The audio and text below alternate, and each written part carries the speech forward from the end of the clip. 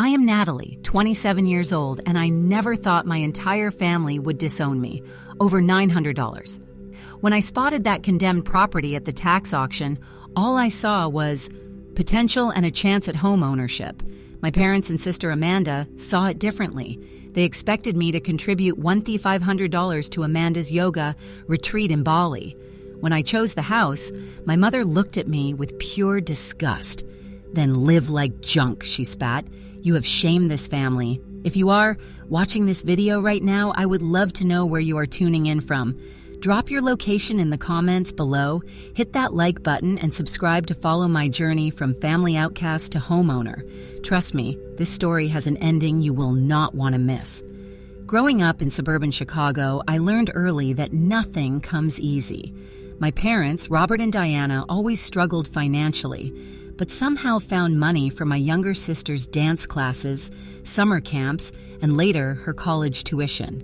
Meanwhile, I worked at the local grocery store at 16 stocking shelves before school and on weekends. When I graduated high school, there was no college fund waiting for me. "You are smart, Natalie. You will figure it out," my father said, patting my shoulder. And figure it out. I did. I enrolled in community college while juggling 2 jobs, morning shifts at a coffee shop and evening work as a restaurant hostess. Every semester was a struggle to pay tuition, but I never missed a payment. After 3 exhausting years, I earned my associate degree in paralegal studies. Not the law degree I had dreamed about as a child, but a practical choice given my circumstances. I found work at Goldstein and Associates, a small law firm specializing in real estate law. The starting salary was modest, but it offered stability, something I had never known growing up. For 5 years, I lived in a tiny studio apartment with SEC, on-hand furniture, and carefully tracked every dollar. No vacations, no eating out, no new clothes unless absolutely necessary. My coworkers often invited me to happy hours or weekend trips, but I always declined with a smile and a vague excuse. They stopped asking eventually. Every month, I transferred money to my savings account, watching it grow slowly but steadily. $15,000 after 5 years might not sound impressive to some, but it represented countless sacrifices and unwavering discipline. That money was my future, my security, my proof that I could break the cycle of financial instability I had witnessed all my life. Meanwhile, my family continued their pattern of poor financial choices. My father cycled through jobs, always quitting when a boss disrespected him. My mother maintained appearances with credit cards, buying new furniture when the old set was perfectly fine. And Amanda, my younger sister by 3 years, floated through life expecting doors to open for her. Amanda had always been the golden child. Pretty charming and always ready with a hug or compliment, she knew exactly how to win people over. Our parents indulged her every whim, from horseback riding, lessons, to a semester abroad in Spain that they could not afford. After college, she worked briefly at a marketing firm before deciding corporate life was crushing her spirit. She quit to find herself bouncing between yoga, instructor training, crystal healing workshops, and meditation retreats. My tiny apartment became my sanctuary, a 4th-floor walk-up with unreliable heat and a bathroom so small I could barely turn around in it. But it was mine, or at least the space I rented was mine. I decorated it with plants and colorful throw pillows from thrift stores. I installed floating shelves for my growing collection of home improvement books. Every night, I fell asleep watching DIY renovation shows on my laptop. I marveled at the transformations ordinary people turning neglected properties into beautiful homes. I studied their techniques, learning about load-bearing walls, electrical systems, and the proper way to install tile. My browser history filled with tutorials on everything from patching drywall to refinishing hardwood floors. Homeownership seemed like an impossible dream in Chicago's expensive market, but I was determined to find a way. I researched first-time home buyer programs and down payment assistance, but even with help, the numbers did not work with my salary. That was when I stumbled across an article about tax auctions and foreclosures. Properties sold for pennies on the dollar at these auctions. Of course, there was a catch or several. Many had serious structural issues, tax liens or unclear titles. Some required immediate repairs to meet code requirements. It was risky, but the more I researched, the more convinced I became that this could be my path to home ownership. For months, I attended auctions just to observe and learn the process. I studied the successful bidders, noting which properties generated interest and which ones everyone avoided. I researched neighborhoods, property values, and development plans. I learned about renovation permits, building codes, and the true cost of major repairs. Then one Tuesday morning, while scrolling through upcoming auction listings during my lunch break, I saw it. A small single-family home in a transitional neighborhood on the west side. The opening bid was set at $900 for an entire house. My heart raced as I looked through the sparse details and grainy photos. Built in the 1940s, 2 bedrooms, 1 bathroom, currently uninhabitable. I closed my laptop and sat very still, mind racing with possibilities. This could be it, my chance. With trembling fingers, I marked the auction date on my calendar and requested the day off work. For the first time in years, I felt a spark of genuine excitement about my future. The house looked worse in person than in the photos, which was saying something. Ain't peeled from the siding like dead skin. The sagging porch threatened to collapse under my careful steps. Windows were boarded up or broken, and the small front yard had become a jungle of weeds tall enough to brush my waist. I cupped my hands against a dirty window and peered inside. The interior was a disaster. Water-stained ceilings, floors, buckling from moisture-damaged walls with gaping holes revealing rotted studs. A raccoon had clearly been living in what was once the kitchen, judging by the scattered debris and distinctive smell. "You really want to bid on this place?" asked Marcus, the city inspector who had agreed to meet me there. He had handled some real estate closings at our law firm, and I had helped him with paperwork enough times that he owed me a favor. "I know it looks bad," I admitted. "Bad, honey. This is condemned for a reason. Roof needs replacing. Plumbing probably needs to be redone entirely. Electrical is definitely not up to code, and I'm guessing there is asbestos in the walls and lead in the paint." I nodded, cataloging each issue and mentally calculating costs. "What about the foundation?" Marcus walked around the perimeter, studying the concrete. "Surprisingly decent. Some settling, but no major cracks that I can see. That is something at least." I called my friend Darren, who worked as a contractor, and he joined us an hour later. He whistled low as he surveyed the property. "You got guts, Nat. This is a serious project." But he walked through the rooms, testing floors with his foot and examining the ceiling. The bones are not terrible. Good ceiling height, original hardwood under this awful carpet. Layout makes sense. By the end of our inspection, I had 8 pages of notes and a preliminary estimate that made my stomach flip. Even doing much of the work myself, I would need at least $12,000 for critical repairs just to make it habitable. Almost my entire savings, and that did not include any aesthetic improvements. But I also learned that the neighborhood was showing early signs of revitalization. A craft brewery had opened 3 blocks away. A farm-to-table restaurant was under construction nearby. Young families were starting to buy and renovate the more intact homes on adjacent streets. For the next week, I researched everything about the property. I confirmed there were no outstanding liens beyond the unpaid taxes. I verified the zoning would allow me to live there while renovating. I checked city plans for the area and found proposals for improved lighting, repaved sidewalks, and a small park within walking distance. Then came the family dinner that changed everything. My mother had insisted I come over on Sunday. "Family dinner is mandatory," she set her tone, leaving no room for negotiation. I arrived to find my father watching football while my mother prepared her signature lasagna. Amanda swept in 20 minutes late, air-kissing everyone and filling the room with the scent of expensive perfume. "You will never believe what happened," Amanda announced as we sat down to eat. I got accepted to the Sacred Spirit Yoga Immersion in Bali. It is the most exclusive retreat. Only 20 people worldwide were chosen. My parents cooed with admiration. That is wonderful, sweetheart. My mother said, serving Amanda the largest portion of lasagna. When do you leave? In 6 weeks. It is a month-long program with the most amazing teachers. We will be staying in eco-huts on the beach practicing sunrise yoga and learning ancient healing techniques. Amanda's eyes shone with excitement. The only thing is it costs $3,000, not including airfare. I nearly choked on my water. $3,000 for yoga on the beach. That was more than 3 months of my rent. Well, my father said slowly. That is a lot of money, princess. Amanda's face fell dramatically. I knew you would say that.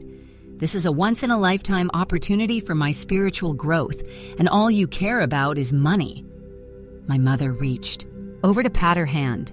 No one is saying you cannot go, sweetheart. We will figure it out, right, Robert? My father sighed, but nodded. Of course we will. Actually, my mother continued, turning to me with a smile that did not reach her eyes. I thought perhaps both of us could contribute. If Natalie and Dad and I each put in $1,000, we can make it happen. I set my fork down carefully. You want me to give Amanda $1,000 for a yoga retreat? $1,500? Actually, my mother corrected. Your father and I can only manage $1,500 together with his hours being cut back at work. Amanda reached across the table to squeeze my hand. It would mean the world to me, Nat, and it is an investment in my future. I might even be able to become a certified international yoga instructor after this. I pulled my hand away gently. Amanda, I am saving for something important, more important than your sister's dream. My mother's voice had an edge now. I took a deep breath. I found a house at auction. I'm going to bid on it next week. Silence fell over the table. Then my father laughed. A house in Chicago with what monies? The opening bid is $900, I explained, then hurried to continue as I saw their expressions. It needs work, a lot of work, but I have been researching and planning. I can do much of the renovation myself. The neighborhood is improving, and in a few years... $900 for a house, my mother interrupted. What kind of house costs $900? It must be falling down. It is a fixer-upper, I admitted. But a fixer-upper, Amanda laughed. You mean a total disaster? You do not know anything about renovation. I've been studying and I have connections through work. Who can help me? My mother set her wine glass down hard enough that red liquid sloshed over the rim. So instead of helping your sister achieve her dreams, you want to waste your money on some condemned property that will probably be bulldozed anyway. It is not a waste, I insisted, feeling my face grow hot. It is an investment in my future, in financial independence. Financial independence? My mother repeated mockingly. Listen to you always, so practical and boring. Meanwhile, your sister is trying to follow her passion. My passion is having a home of my own, I said quietly, something no one can take away from me. Dinner deteriorated from there. By dessert, the battle lines were clearly drawn. My sister alternated between guilt-tripping and belittling my dream. My mother grew increasingly sharp, listing all the reasons my plan would fail. My father mostly stayed silent, occasionally attempting to change the subject. I left early, driving home with hands gripping the steering wheel so tightly my knuckles turned white. For a moment, I considered giving in, writing Amanda a check, and forgetting about the house. Peace with my family versus an uncertain gamble on a dilapidated building. But as I lay in bed that night, staring at the ceiling of my tiny apartment, I made my decision. For once in my life, I would choose myself. The morning of the auction, I woke before my alarm stomach churning with equal parts excitement and terror. I dressed carefully in my most professional outfit, a navy blue blazer over a white blouse and black slacks, hoping to project confidence I did not feel. The auction was held in a fluorescent-lit room at the County Administration Building. About 30 people milled around, most in business attire with clipboards or tablets. Developers, investors, and a few individuals like me, hoping to find opportunity in properties Others had abandoned. I registered and received my bidder number, a plastic paddle with the number 43.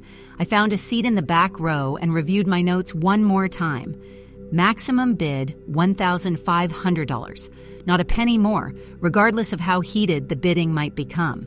The auctioneer, a man with a rapid-fire speaking style and no patience for hesitation, began the proceedings precisely at 9 o'clock. The first several properties went quickly, most selling to biders who bayisin. Rely lifted their paddles before claiming their prizes. Commercial lots, well-maintained single-family homes in desirable areas, a small apartment building, all attracting significant interest and selling for tens or hundreds of thousands of dollars. My hands grew damp as the auctioneer approached lot number 37, my house. When he announced the address, I held my breath, certain that professional investors would recognize the potential I had seen. Starting bid $900. Do I have 900 way? I raised my paddle with a trembling hand. 900 from number 43. Do I have 1,000? Ah. I scanned the room, waiting for the inevitable competing bid. The second stretched painfully. 900. Going once, going twice.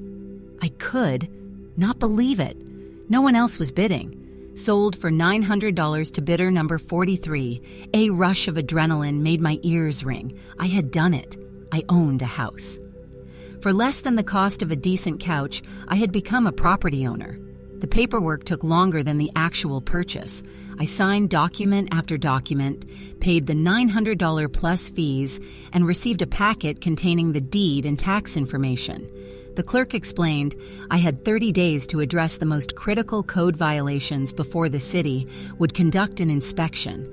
I floated through the rest of the day in a daze, alternating between elation and panic. That evening, I drove to my parents' house for our usual Sunday dinner, the folder of property documents tucked into my bag. Despite our disagreement the previous week, I hoped they might be happy for me, or at least accept my decision. I could not have been more wrong. You actually went through with it. My mother's voice rose in disbelief when I shared my news. You bought a condemned house instead of helping your sister. Mom, it is my money, I said, trying to stay calm. And this is important to me. More important than family, Amanda asked, tears welling in her eyes. I need. And you, Nat. This retreat could have changed my life. This house will change my life, I countered. I am sorry about your retreat, but you will find another opportunity. My father, who had been silently pushing food around his plate, finally spoke. How bad is this place, really? I pulled out my phone to show him photos. It needs work, but my mother snatched the phone from my hands and gasped as she swiped through the images. This is not a house, Natalie. This is a death trap. Are those actual holes in the ceiling? Yes, but you chose this junk heap over your sister's spiritual growth.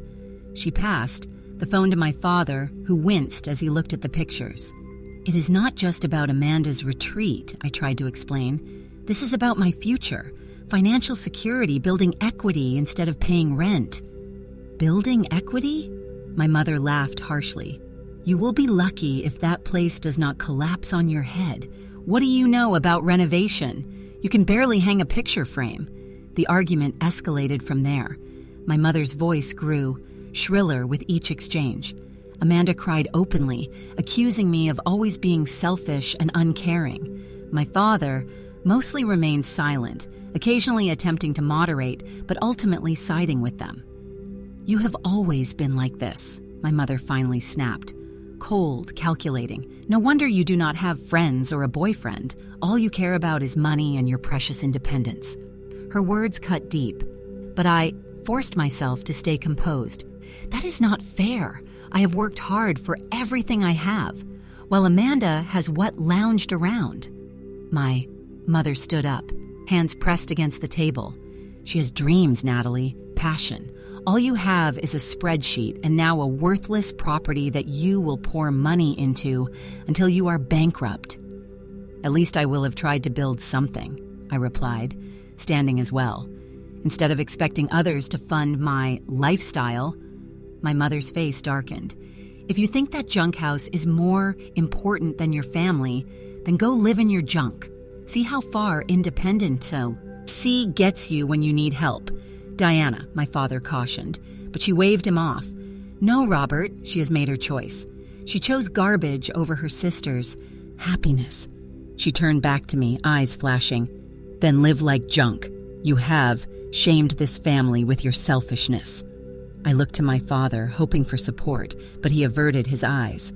Amanda sobbed dramatically into her napkin. I think you should leave, my mother continued, and do not bother coming back until you have sorted out your priorities. The silence that followed was deafening. I gathered my things with shaking hands, dignity the only thing keeping me upright. You are making a mistake, Amanda called after me as I headed for the door. That house will ruin you, and we will not be there to pick up the pieces. I paused at the threshold. I never asked you to pick up the pieces. All I wanted was for you to believe in me. I drove away from my childhood home with tears blurring my vision. The full weight of what had just happened pressed against my chest like a stone. I had been disowned over $900 and a dilapidated house. The family I had always tried to please, even as I forged my own path, had cast me out for choosing my dream over my sister's. With nowhere else to go, I drove to my new property. I parked in the weed-choked driveway and sat staring at the dark shape of the house against the twilight sky. My house. The enormity of the challenge ahead suddenly seemed overwhelming. I had already given notice at my apartment, planning to stay with my parents for a few weeks while making the house minimally habitable. That option was now gone. I had 2 weeks before I needed to vacate my apartment and no place to live in the meantime. That night, I slept in my car parked outside, my uninhabitable house. I reclined the driver's seat as far as it would go and covered myself with the emergency blanket from my trunk. As I drifted off to an uneasy sleep, tears slid down my temples and into my hair. But beneath the hurt and fear, a small, stubborn flame of determination continued to burn. I would make this work. I had to. The next morning, I woke stiff and disoriented, momentarily confused by the sight of my own breath fogging the car, windows. Reality came crashing back the house, the family fight sleeping in my car. I sat up, wincing at the sick in my neck, and looked at my property in the harsh morning light. It seemed even more daunting than before. I called in sick to work something I had never done without legitimate illness, and drove to a nearby diner for breakfast and to formulate a plan. Over endless cups of coffee, I created a detailed timeline and budget on my laptop. First priority, making one room secure and minimally habitable within 2 weeks. After breakfast, I drove to the nearest hardware store and spent $300 on essential supplies. Heavy-duty trash bags, work gloves, dust masks, a shop, vacuum, basic tools, cleaning supplies, and a padlock for the front door. I returned to the house ready to tackle the first step, clearing out the garbage.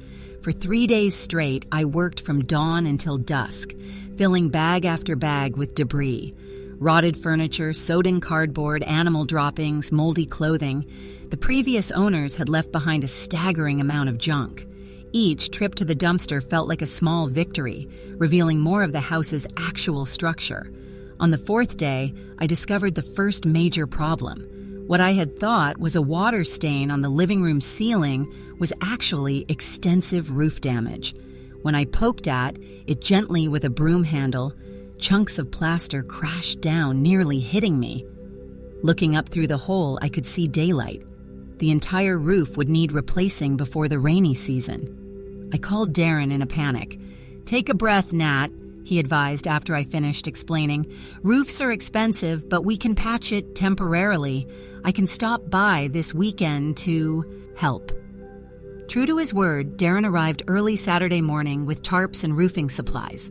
He taught me how to identify load-bearing walls, safely remove damaged materials, and create temporary patches for the worst leaks. By Sunday evening, the house was at least protected from the elements. With my apartment lease ending, I focused on making the smallest bedroom habitable. I scrubbed the walls and floors with bleach solution, sealed gaps in the windows with koal and plastic sheeting, and rigged up a space heater to a functioning outlet. It was far from comfortable, but it would keep me from sleeping in my car. My boss, Mr. Goldstein, noticed my exhaustion when I returned to work. When I reluctantly explained my situation, he surprised me with unexpected kindness. "My daughter renovated a fixer-upper last year," he said. "Take Fridays off for the next month, paid leave. Just make it up by handling the Westfield closing when you are back to normal hours." That small kindness almost brought me to tears. With Fridays free and weekends dedicated entirely to the house, I made steady progress. I learned to handle a reciprocating saw to remove damaged drywall, how to cap leaking pipes, and the basics of electrical safety. Still setbacks mounted. The ancient plumbing crumbled when I attempted to restore water service. The electrical panel needed complete replacement to meet code. Termites had damaged significant portions of the floor joists in the kitchen. Each discovery depleted my savings faster than anticipated. To generate additional income, I took on freelance paralegal work on evenings and weekends, preparing legal documents for attorneys in my network. I also delivered food for an app-based service 3 nights a week after my regular job. My social life, already minimal, disappeared entirely. Every spare dollar and minute went into the house. The neighbors, initially wary of the single woman tackling such a massive project alone, gradually became curious, then supportive. Mrs. Hernandez from next door brought me homemade tamales and advice about dealing with the city inspector. Mr. Peterson across the street lent me tools and helped me figure out why the bathroom faucets had mysteriously stopped working. 6 weeks after purchasing the house, I had converted the smallest bedroom into a livable space with a real bed, a mattress on the floor, functioning electricity in 3 rooms, and intermittent cold water. I set up a camping stove in what would eventually be the kitchen and used a 5-gallon bucket with a toilet seat as a makeshift bathroom, emptying it daily into the sewer cleanout in the yard. A humbling experience that strengthened my resolve to get proper plumbing working soon.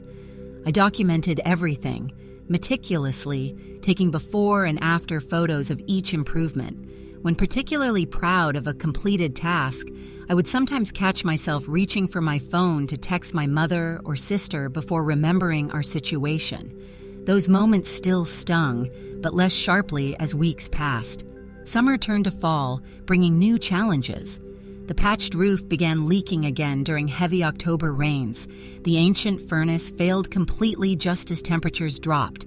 I spent 1 miserably cold week sleeping in a nest of blankets before scraping together enough money to buy a better space heater. Thanksgiving approached, my first major holiday estranged from my family. I received no invitation to dinner, no calls to check if I was even alive. Despite Mrs. Hernandez's kind offer to join her family's celebration, I chose to work through the holiday using the day off to finally install proper drywall in the main bedroom. As I worked alone on Thanksgiving Day, I allowed myself a good cry, mourning the family relationships I had lost, while simultaneously acknowledging that those relationships had always been conditional on me playing a specific role. The tears cleaned something inside, me washing away expectations that had never truly been mine. By December, my savings had dwindled to almost nothing, but the house was starting to resemble a home. I had 1 properly functioning bathroom, electricity throughout, and a secondhand kitchen sink installed. The roof still needed professional attention, but my patches were holding against winter weather. I slept on a real bed frame instead of a mattress on the floor. Small victories, but significant ones. Christmas arrived, bringing a fresh wave of melancholy. I had always been the one to help my mother decorate the tree, to wrap presents meticulously, to prepare certain traditional dishes. This year, I bought myself a tiny potted pine tree and placed it in my partially renovated living room. I wrapped a single present for myself, a new set of specialized trios for the bathroom tile project I plan to tackle next. On Christmas Eve, I drove past my parents' house, slowing to see the familiar decorations and lights. Cars lined the driveway, extended family gathering as they always did. I did not stop. Instead, I returned to my drafty, half-finished house and continued working on installing kitchen cabinets I had found at a habitat for Humanity Restore. As I worked into the night, I realized something important. Despite everything, the cold, the setbacks, the financial stress, the family estrangement, I was proud of what I had accomplished. 6 months ago, this place had been condemned. Now, against all odds and expectations, it was becoming a home. My home. 8 months after purchasing my junk house, the transformation was remarkable. What had once been a condemned property was now recognizably a home. The exterior sported fresh paint in a warm sage green with crisp white trim. The sagging porch had been rebuilt with reclaimed lumber, now featuring a comfortable swing where I enjoyed morning coffee. New windows had replaced the broken ones, allowing natural light to flood the interior. Inside, the changes were even more dramatic. I had taught myself to refinish the original hardwood floors, bringing out a warm honey color hidden beneath years of neglect. The kitchen, once a raccoon's playground now, featured cabinets rescued from various restore trips, painted a cheerful blue, and topped with butcher block counters I had built myself from discarded bowling alley lanes. My renovation education had come primarily through YouTube tutorials, library books, and the generous knowledge of neighbors and new friends.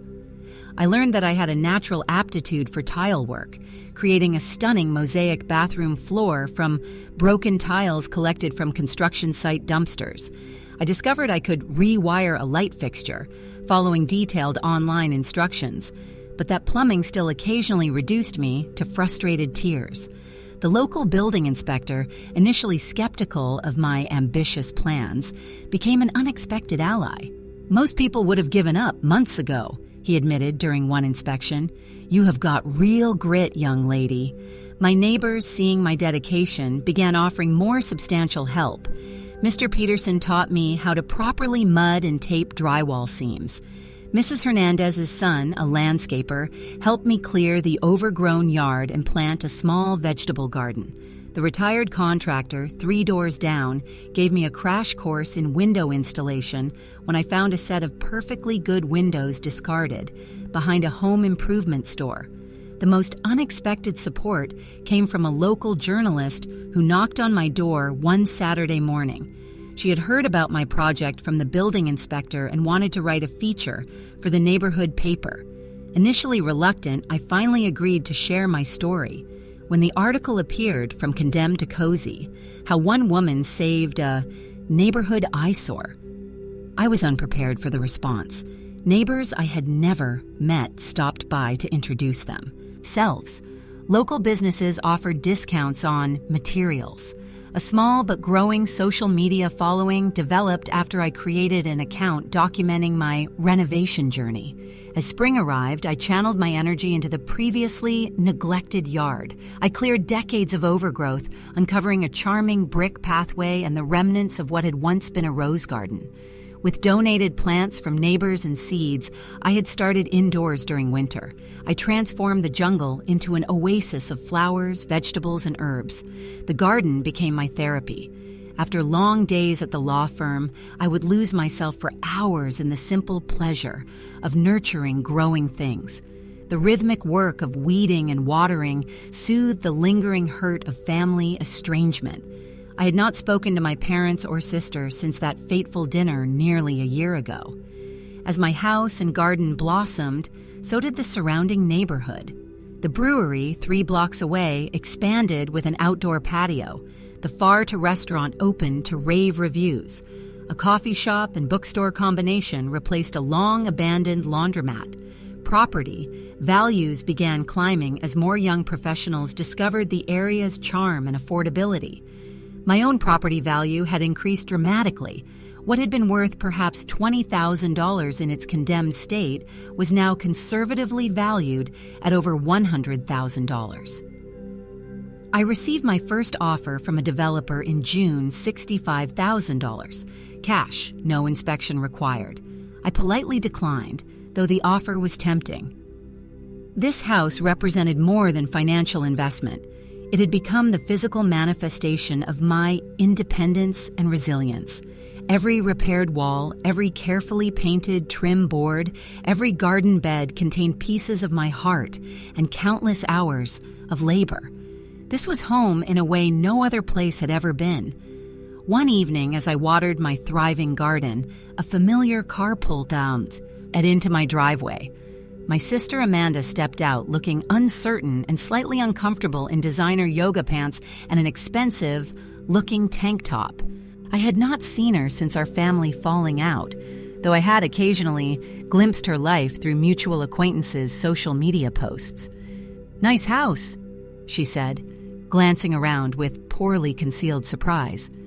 "It looks really different." "Thanks," I replied, turning off the hose. "What brings you here by?" Amanda shifted her weight from one foot to the other. "I just got back from Bali last week." I raised an eyebrow. The retreat was 10 months ago. She looked away. I ended up staying teaching at a yoga studio there. It did not work out. The silence stretched between us, heavy with unspoken words. Finally, Amanda sighed. I moved back in with Mom and Dad just temporarily until I figure out my next steps. I nodded, unsurprised. The pattern was familiar. Amanda trying something new, it not, meeting her expectations, and our parents providing a soft landing. "Do you want to come in for some tea?" I offered, deciding to be the bigger person. Inside, Amanda's eyes widened as she took in the transformation.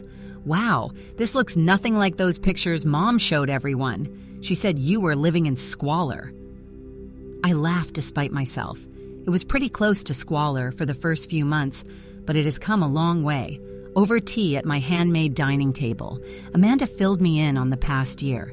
The Bali retreat had been amazing, but led to her impulsively quitting her job completely and staying to become a yoga instructor at the resort. Eventually, the reality of Bali's low wages and high competition in the expatriate yoga community had sent her home broke and disillusioned. "Mom and Dad are having money problems," she confided, tracing the rim of her mug. "Dad's hours got cut again, and Mom had to get a part-time job at the mall. They had to help me with a plane ticket home." I absorbed this information silently, feeling a complex mixture of sympathy and vindication. "Your lace is really coming together," Amanda said, changing the subject. "That article about you was all over Facebook." Mom saw it, but pretended she did not. As Amanda prepared to leave, she hesitated at the door. "They miss you, in their way.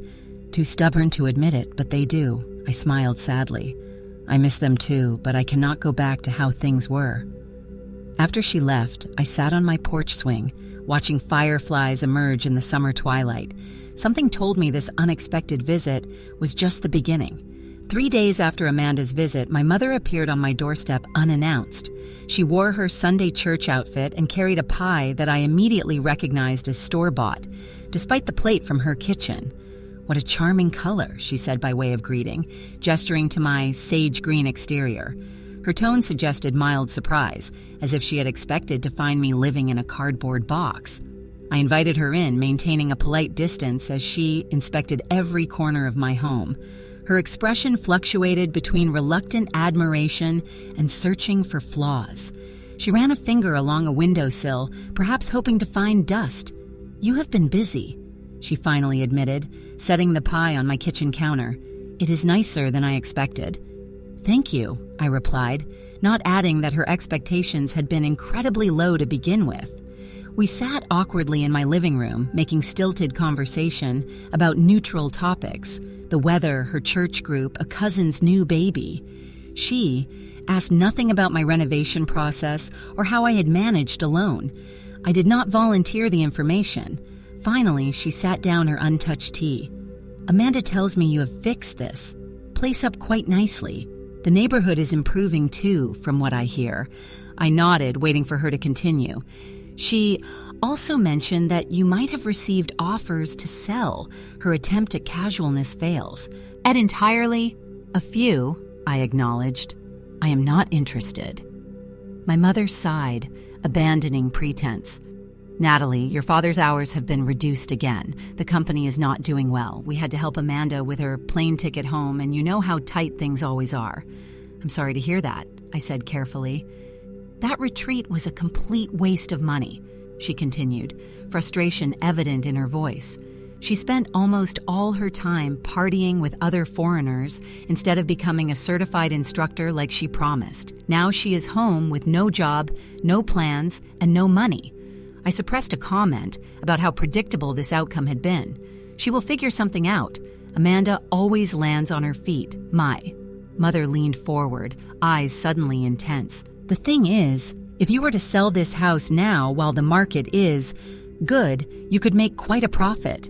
Enough to help your father and me through this rough patch. We are family, after all. The audacity of her request stunned me into momentary silence.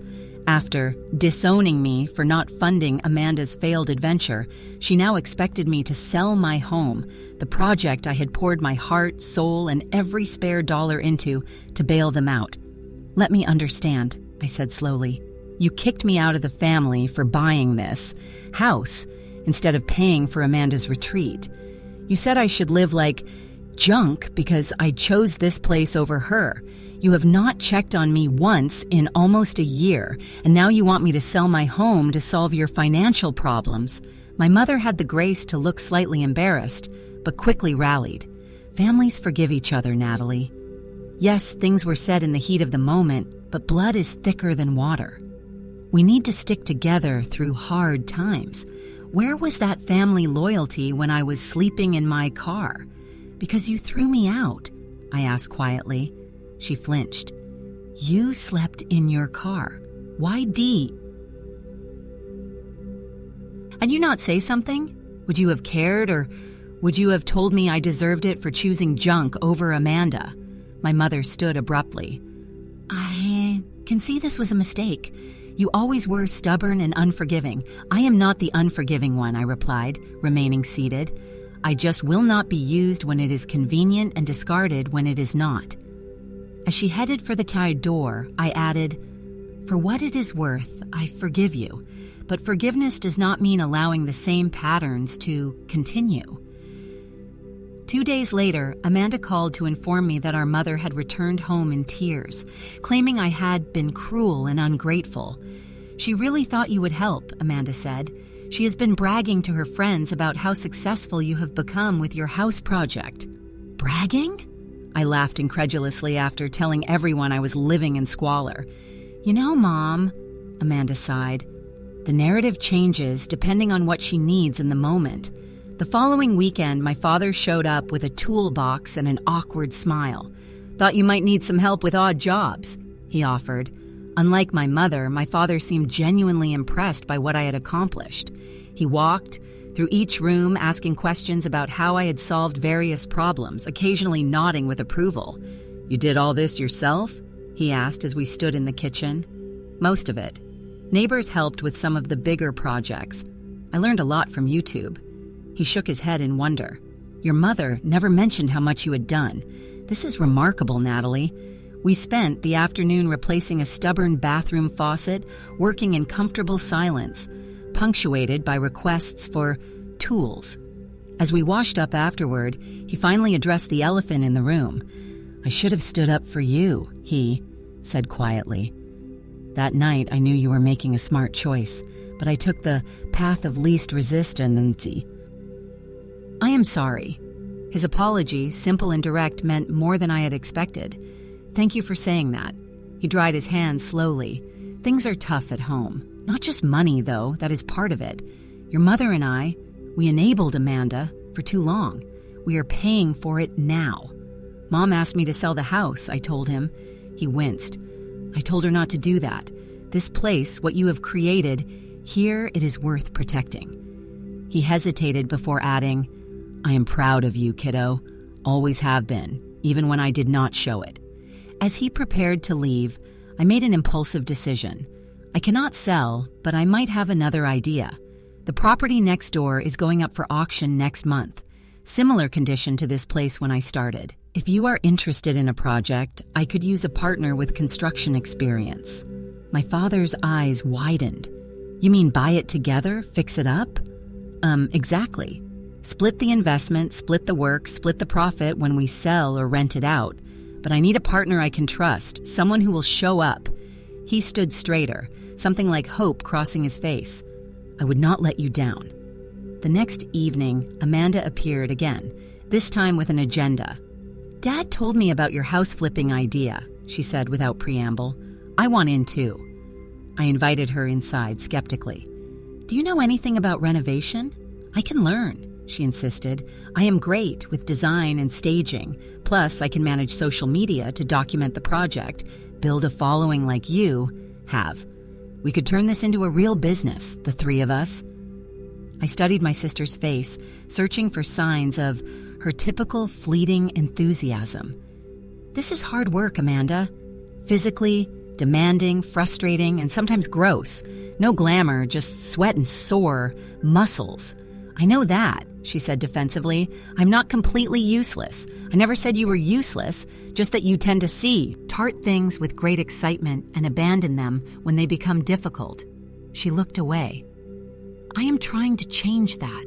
The Bali thing, it was a wake-up call. I wasted everyone's money and have nothing to show for it. She met my eyes again. You followed through on something hard and look what you created. I want to learn how to do that too. I remained unconvinced. What does Mom think about this plan? Amanda rolled her eyes. She hates it. Says, Dad is having a midlife crisis and I am just copying you because I do not have my own identity. I laughed despite myself. At least she is consistent. After Amanda left, I sat on my porch swing, considering the unexpected turn of events. My father seeking redemption through partnership. My sister possibly maturing, possibly just finding a new temporary enthusiasm. My mother still manipulative, but now relegated to the sidelines as the family dynamic shifted. 1 year ago, I had been disowned for choosing this house. Now my family wanted in on what I had built, some with genuine respect, others perhaps with ulterior motives. The irony was not lost on me. As fireflies blinked in my garden, I contemplated what kind of relationship I wanted with my family moving forward. Boundaries would be essential, clear expectations and consequences. No more sacrificing my dreams to maintain peace. But perhaps on new and healthier terms, there was a path forward together. 1 year after buying my junk house, I stood in the freshly landscaped backyard hosting a housewarming party. String lights twinkled overhead, and the scent of grilling food mingled with the fragrance of the roses I had coaxed back to life. Neighbors, co-workers, and new friends mingled in the space I had created, many of them having contributed in some way to the transformation. My house was unrecognizable from the condemned property I had purchased. Every surface had been renewed, repaired, or thoughtfully replaced. The rooms flowed together in a palette of soft greens, warm woods, and crisp whites. Vintage finds and handmade touches personalized each space. It was not just habitable, but beautiful, a home that reflected both my practical nature and newfound creativity.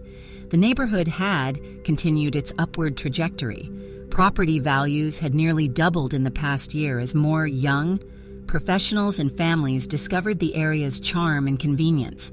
3 more abandoned houses on my street had been purchased and were undergoing renovation. A community garden had replaced a vacant lot 2 blocks away. Most significantly, the property next door was now a busy construction site.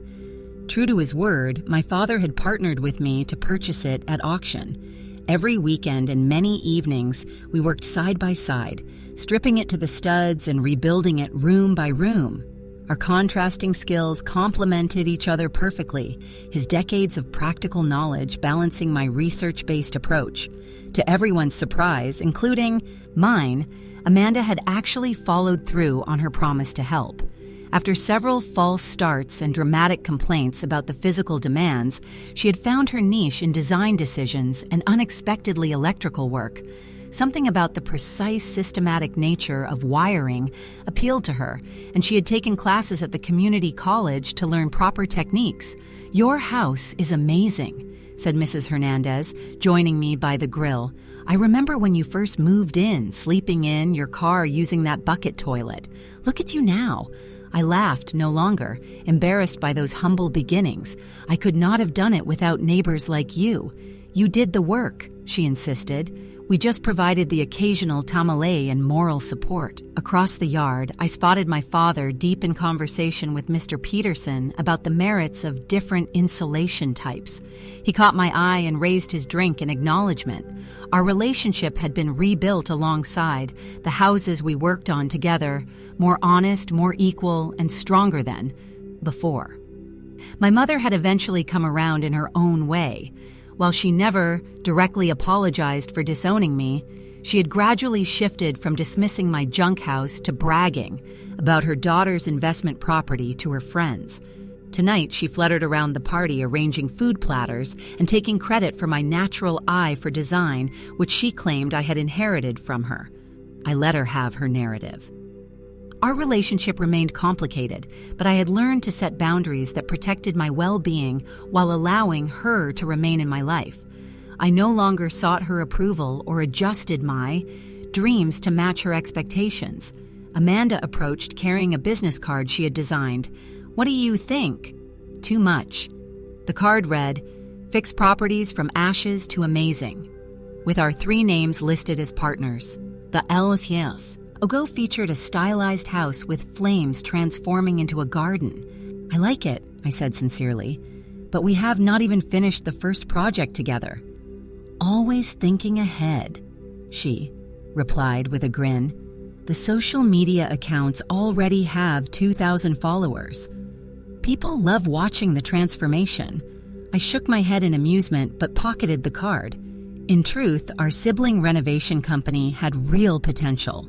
The second property was coming along nicely and would likely sell for a significant profit. We had already identified a third potential project on the next block. As twilight deepened, I found a quiet moment alone on my porch swing. 1 year ago, I had slept in my car outside a condemned house, disowned by my family and questioning my decision. Today, that $900 junk house was worth over $150,000. More importantly, it had transformed me alongside its transformation. I had discovered strengths I never knew I possessed. Physical stamina, creative, problem-solving, the ability to persevere through setbacks. I had built a community of supportive neighbors who became friends. I had learned that sometimes losing what you thought you needed creates space for what you truly want. My family relationships had evolved in unexpected ways. My father and I had developed a genuine partnership based on mutual respect. Amanda and I had found common ground in shared goals. Even my mother, in her complicated way, had adjusted to my independence. Most surprisingly, I had discovered joy in the process of creation, turning damaged things into something beautiful and functional. What had begun as a practical financial decision had awakened a passion for transformation that now guided my future plans. As guests began to depart, my father joined me on the porch swing. "Remember when your mother said to live like junk?" he asked quietly. I nodded, the memory no longer carrying its former sting. "I think about that sometimes," he continued, "how she meant it as an insult, but you turned it into something else entirely. You did not just fix up a house. You built a life on your own terms. It was never about the house," I realized aloud. It was about believing I could create something valuable from something others had discarded, including myself. My father squeezed my shoulder gently. "I am sorry we did not see it sooner." Later that night, after all the guests had gone, I walked through my home, turning off lights. In each room, I paused to remember its original state and appreciate the journey of its transformation. The house that had once been called junk had become a symbol of possibility and the catalyst for rebuilding not just walls and floors, but myself and my most important relationships. I stepped out onto my porch one last time before bed, looking up at the stars visible between city lights. The path had not been easy or straight, but it had led me exactly where I needed to be. Have you ever had someone dismiss your dreams only to want in? Once you succeeded, I would love to hear your stories in the comments below. If this journey of transformation resonated with you, please like this video and subscribe to see more stories of resilience and growth. Share with someone who might need encouragement to follow their own path, even when others cannot see its value. Thank you for joining me today. Remember that sometimes what others call junk might just be the foundation of something beautiful in the right hands.